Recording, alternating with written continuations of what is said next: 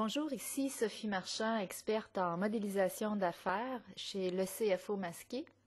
Aujourd'hui, je veux vous présenter une utilisation concrète de soit Power Query ou Power BI Desktop. Vous savez sans doute déjà que Power Query se retrouve à être imbriqué dans Power BI Desktop d'une certaine façon, ou imité, comme vous l'entendez. Et l'exemple que je vais vous présenter, c'est une entreprise qui a des données budgétaires dans des fichiers Excel. En fait, c'est une entreprise dans le domaine du détail et chacun des magasins a un fichier Excel pour le budget dans lequel on retrouve les données budgétées par mois. On retrouve en fait les données budgétées, les données de l'année précédente et la différence entre les deux. Et on a ces informations par département. Et les informations qu'on a, c'est le nombre d'unités vendues, le prix unitaire par unité, le rabais moyen par unité, et donc les ventes ici. On a ensuite le coût moyen par unité et le coût total, ce qui nous permet de calculer les marges brutes. Alors, trop souvent, les usagers d'Excel produisent des données dans l'entreprise dans un format qui va être consommé. Donc, on pense davantage à la présentation des données qu'à la modélisation des données. Comment on va récupérer ces données-là pour faire de l'analyse. Donc, évidemment, si je veux prendre ces données-là pour consolider chacun des magasins, donc encore une fois, il y a un fichier Excel par magasin, et si je veux ensuite pouvoir comparer ces données-là avec les ventes actuelles, c'est très difficile manuellement dans Excel de faire cette tâche-là parce que les données ne sont pas présentées dans un format adéquat.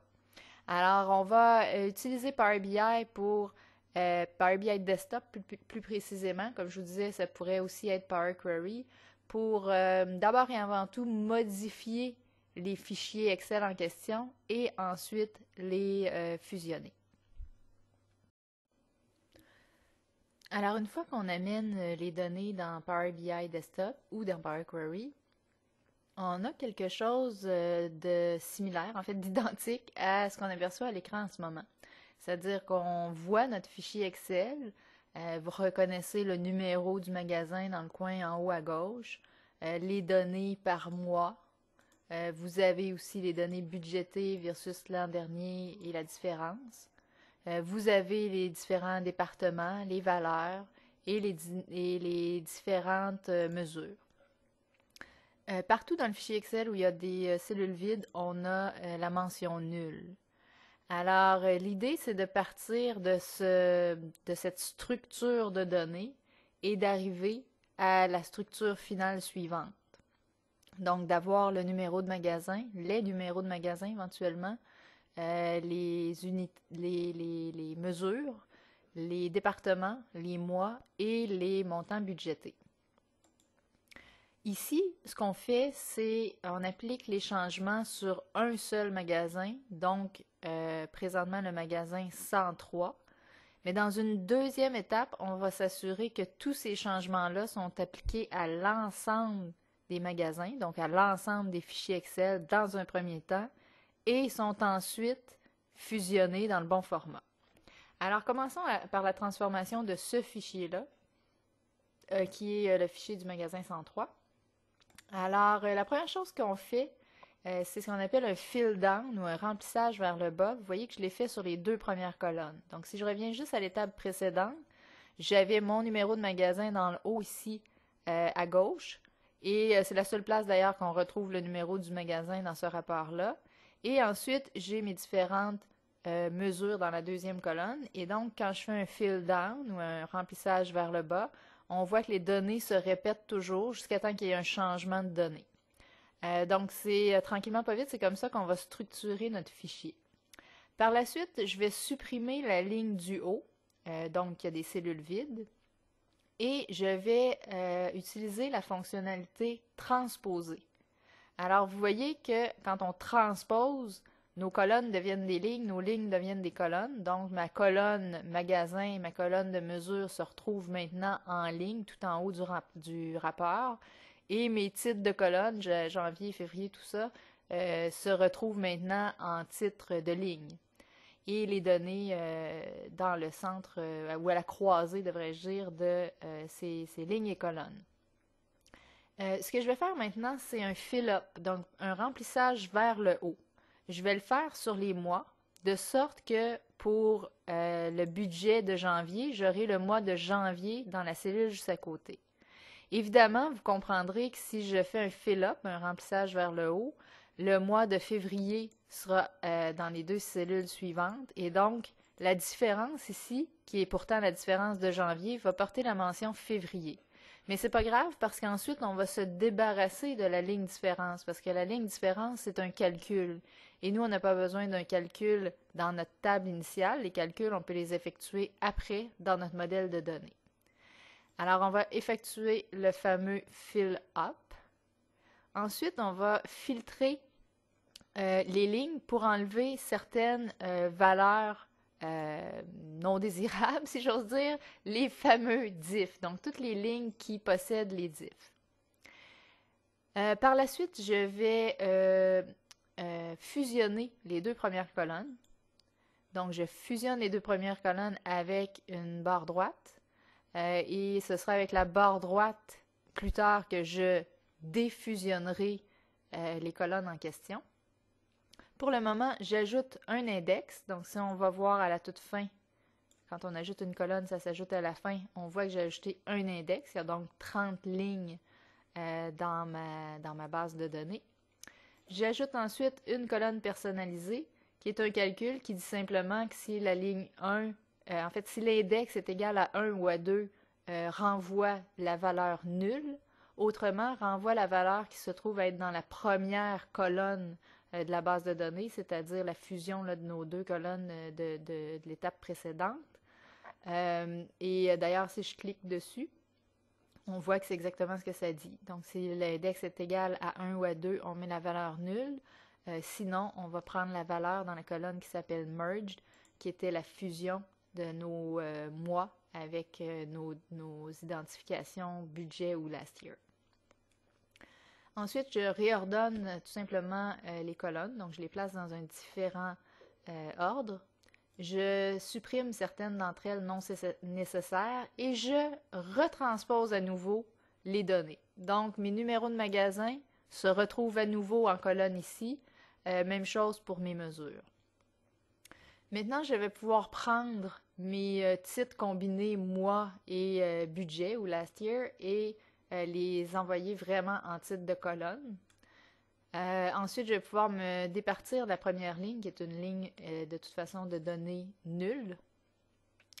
Je vais également pouvoir filtrer sur toutes les données nulles et totales de mon modèle, parce que ce n'est pas des données qu'on va utiliser. On ne veut pas les totaux, puis on ne veut pas les lignes vides, évidemment.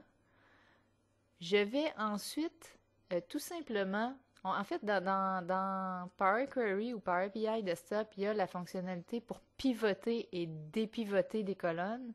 Alors ici, je dépivote des colonnes et j'obtiens donc, si je regarde à l'étape précédente, j'avais ceci. J'ai maintenu mes deux premières colonnes et j'ai dépivoté le reste pour me retrouver avec finalement mes numéros de département, mes mois et la combinaison budget ou last year et mes valeurs. Je peux ensuite utiliser la séparation de colonnes pour m'assurer d'avoir les mois et la mention budget ou last year dans des colonnes séparées. Je peux changer le type de mes données. Ensuite, je vais pouvoir faire un filtre. Donc, si on regarde dans la colonne budget, j'ai filtré pour me débarrasser des données last year. Est-ce que j'aurais pu le faire à l'étape où je m'étais débarrassé des lignes diff? Oui, absolument. C'est que dans la transformation, je pensais garder les données last year jusqu'à cette étape-là. Mais finalement, les données last year se retrouvent dans la table de vente avec les données historiques. Donc, je n'ai pas besoin d'avoir l'information aux deux endroits. Alors, j'ai filtré pour me débarrasser de la ligne last year. Par la suite, je peux séparer la colonne qui s'intitule Store 2.103, donc pour avoir le numéro du magasin dans une colonne différente et m'assurer que le format est un format de nombre. Je peux me débarrasser donc de la première colonne. Je peux renommer l'ensemble de mes colonnes ici. Et je peux à nouveau filtrer pour enlever les totaux.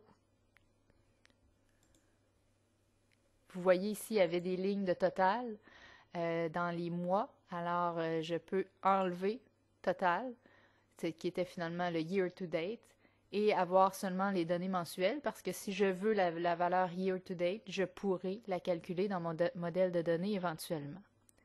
Alors ça complète la transformation d'un fichier, le fichier du magasin 103. Ce que je veux faire, c'est rendre cette requête-là, donc avec toutes les étapes de transformation, je veux la convertir en fonction.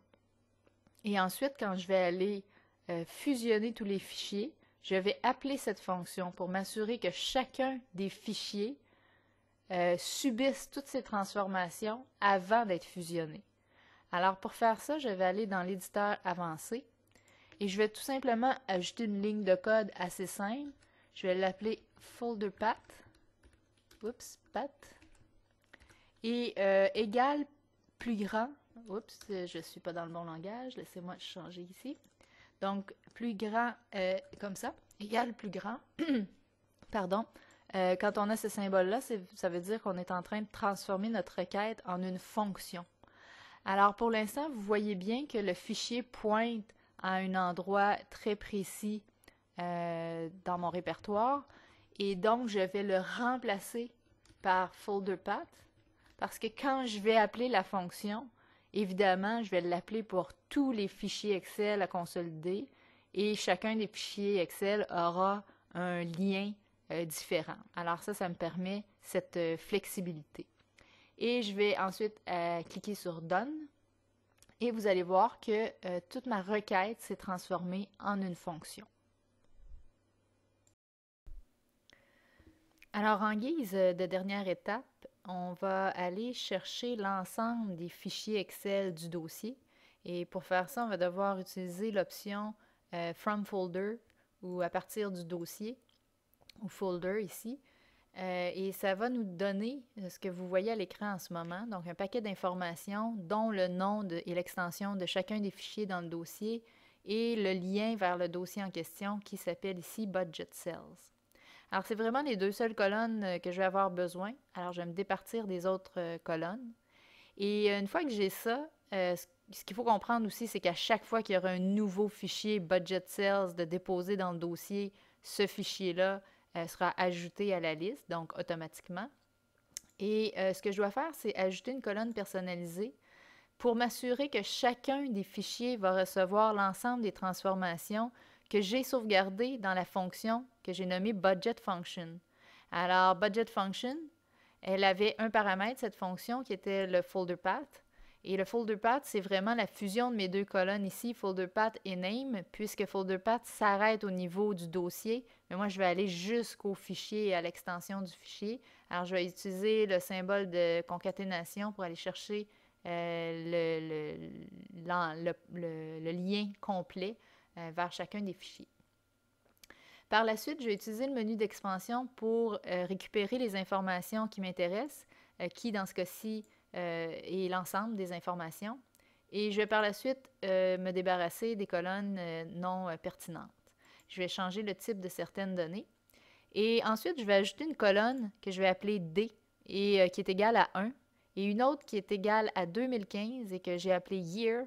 L'idée étant de fusionner la colonne Year, Month et Day et de créer donc une colonne fusionnée comme celle-ci et de changer le type pour avoir la date. Donc ça me donne la date au premier de chaque mois et je peux le transformer en date de dernière journée de chaque mois comme ça. Et je peux donc me débarrasser des autres colonnes de date et retenir juste la date complète. Je peux ensuite mettre les colonnes dans un différent ordre. Et finalement, ma colonne Line Item, elle contient les différentes mesures, donc Unit Sold, le nombre d'unités vendues, les prix moyens unitaires et ainsi de suite. Et moi, je préférerais avoir ces informations-là en colonne. Alors, je vais pivoter la colonne pour avoir les unités vendues, le prix unitaire moyen et ainsi de suite. Alors maintenant, j'ai vraiment un format pour analyser mes données budgétaires de l'ensemble des magasins, donc de mon entreprise au complet. Et mieux que ça encore, je vais pouvoir maintenant utiliser mon modèle de données pour comparer mes ventes budgétaires avec mes ventes réelles. Alors j'espère que vous avez apprécié cette vidéo préparée par le CFO Masqué.